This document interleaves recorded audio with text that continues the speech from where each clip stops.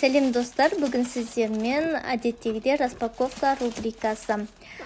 Бүгінгі распаковкада детский киімдер жайлы болмақ.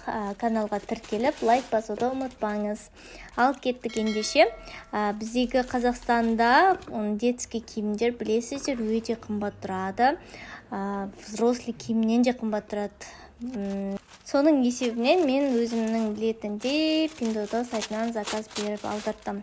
Ең бірінші көрсеткенім шляпа болған, шляпаны өте арзан бағада алдырдым.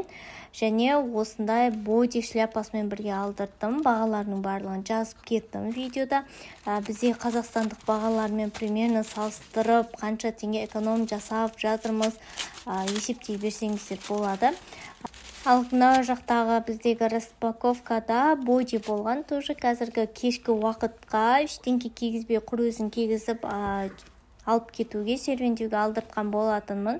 Не жұқа емес, не қалың емес, өте жақсы дәрежеде болып келді.